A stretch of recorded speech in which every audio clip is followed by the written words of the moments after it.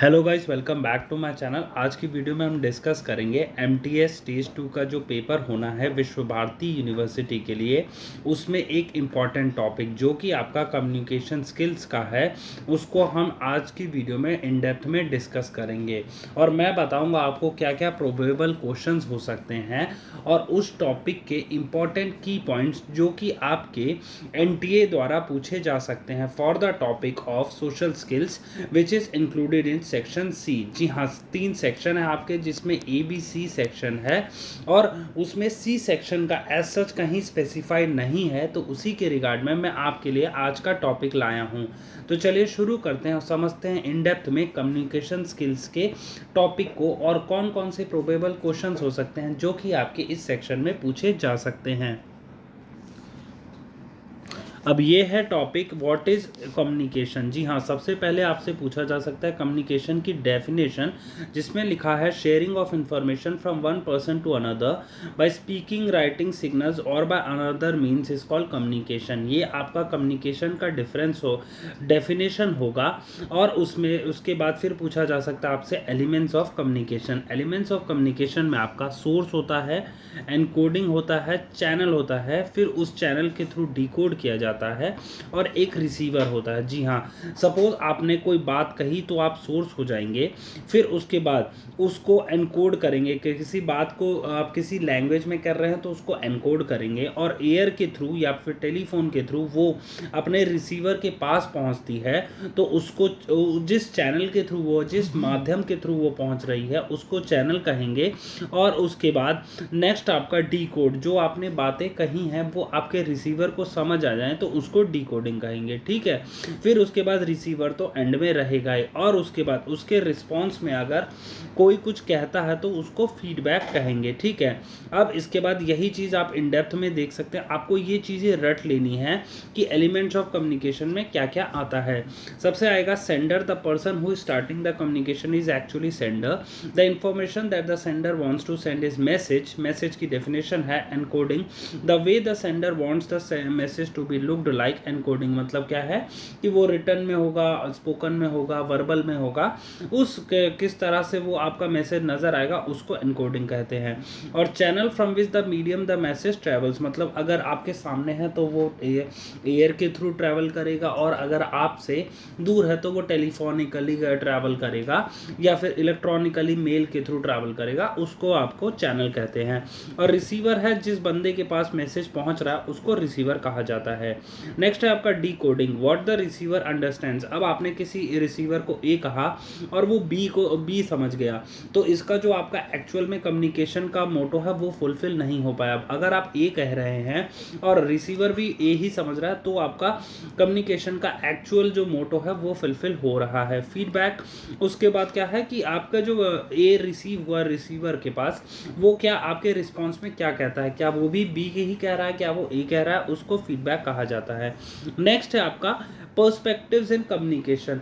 Perspectives in communication में अब next है आपका perspectives in communication. Perspectives in communication होते हैं, perspectives are fix ideas and thoughts regarding something, मतलब क्या है किसी के बारे में धारणा रखना कि मतलब अमेरिका के बारे में अगर मैं कहूँ तो आपके में एक डेवलप्ड नेशन की इमेज आती होगी, और वहीं आपका साउथ अफ्रीका के कहूँ तो आपको सेमी डेवलप्ड की आती होगी, वहीं मैं आपको नाइजर, कांगो, आपका जायरे, ये सारी कंट्री की बात करूँ तो आपको आता होगा अनडेवलप्ड कंट्रीज हैं। तो वह इसी को कहते हैं पर्सपेक्टिव, मतलब जो सेटल्ड आपके मन में थॉट्स हैं जो पहले से ही सेटल्ड हैं उसको पर्सपेक्टिव कहते हैं। For example, you have fixed the thought that your principal is very strict, so you will not be able to talk to him friendly, you always think that he is very strict. ठीक है, कि मतलब set principles, उसको change नहीं किया जाता, वो पहले से ही सेट होते हैं। नेक्स्ट है आपका factors affecting perspective in communication.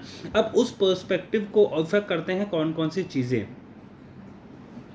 Language, language, इसमें कौन कौन सी चीज़ें हैं। लैंग्वेज है, विजुअल परसेप्शन, मतलब क्या है सपोज आप प्रिंसिपल के बारे में ही एक पर्सपेक्टिव रखते हैं तो क्या वो सड़ू सा दिखाई देता है या फिर कूल एंड काम नज़र आता है, उससे एक बहुत बड़ा आपका पर्सपेक्टिव सेट होता है।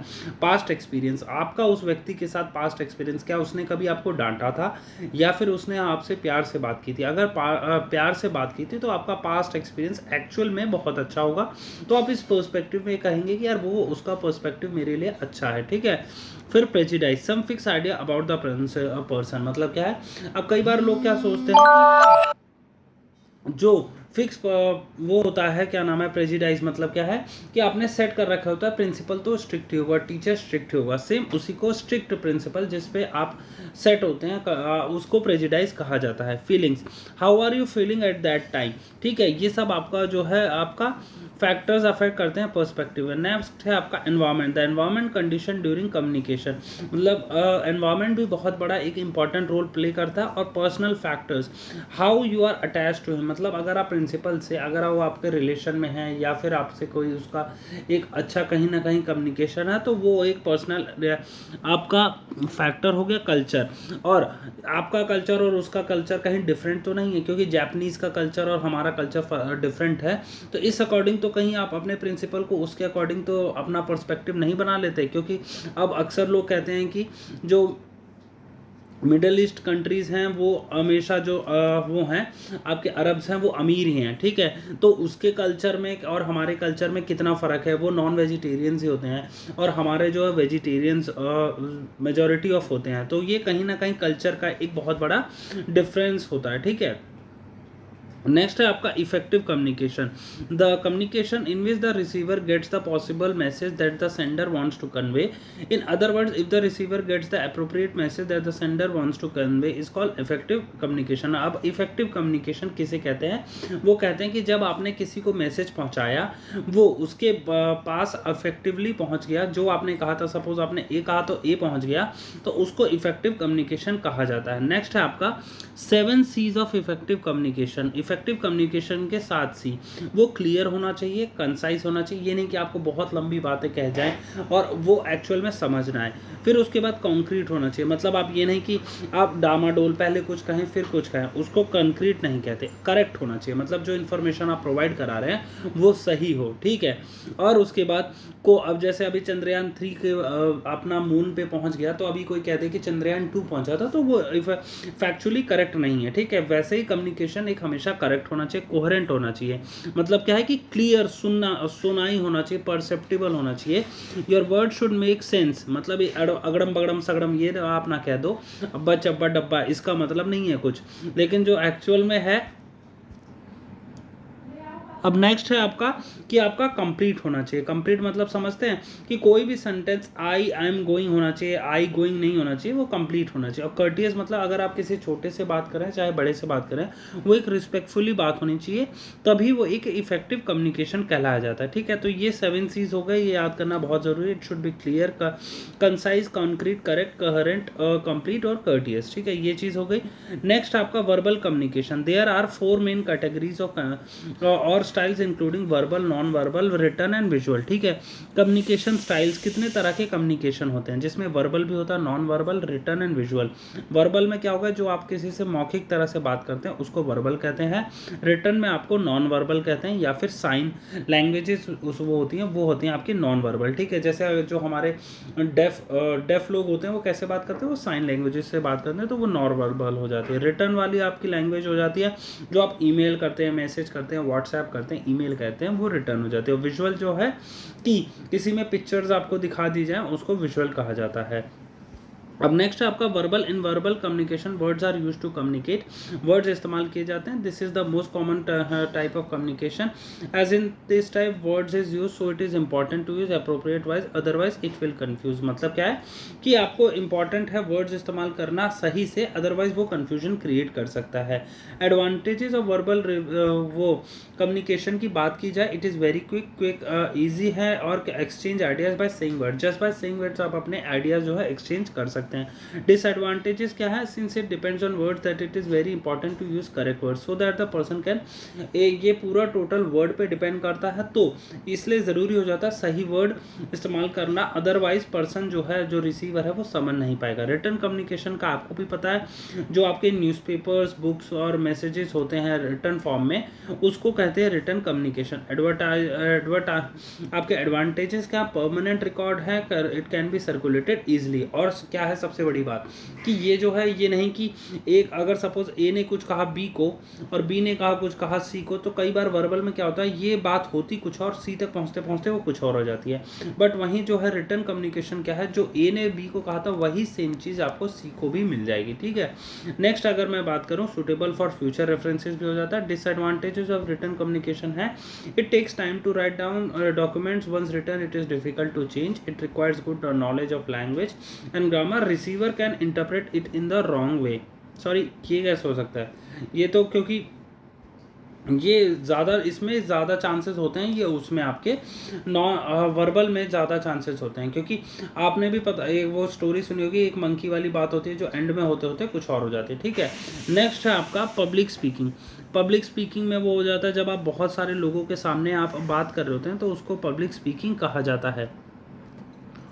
अब पब्लिक स्पीकिंग के 3 पीज होते हैं, जिसमें प्रिपेयर, प्रैक्टिस, परफॉर्म आता है। प्रिपेयर में मतलब आप पहले से अपना जो बैक स्टेज प्रिपेयर करते हैं उसको कहते हैं प्रिपरेशन।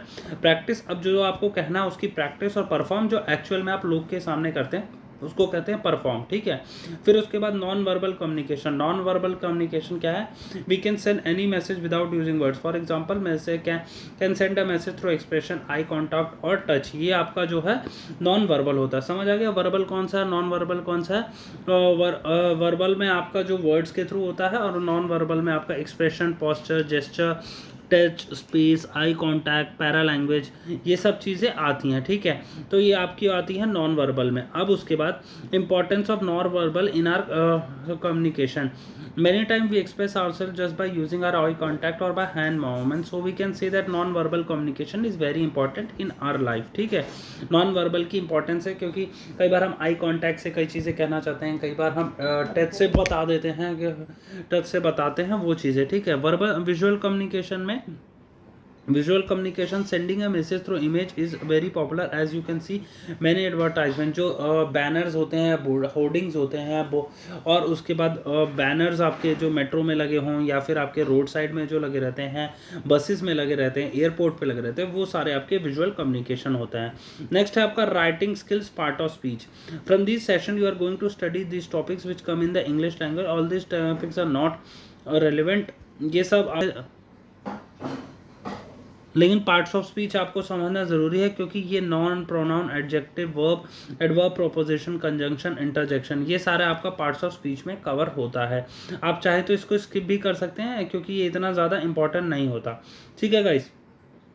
अब उसके बाद तो ये गाइज ये हो गया आपका कम्युनिकेशन का टॉपिक पूरा। ये जो एंड में है इतना ज़्यादा इफेक्टिव नहीं है, ये इतना ज़्यादा इंपॉर्टेंट नहीं है, क्योंकि वो आपको पता ही थे प्रोनाउंसिएशन में बेसिक्स में वॉवल्स 5 होते हैं, कॉन्सोनेंट्स 21 होते हैं, और डिप्थोंग्स आपके combination of 2 sounds like A, O, U, E, A, ये सब होते हैं डिप्थोंग्स। ग्रीटिंग एंड इंट्रोडक्शन जो होता है आपका फॉर्मल ग्रीटिंग, इनफॉर्मल ग्रीटिंग, ये होता है।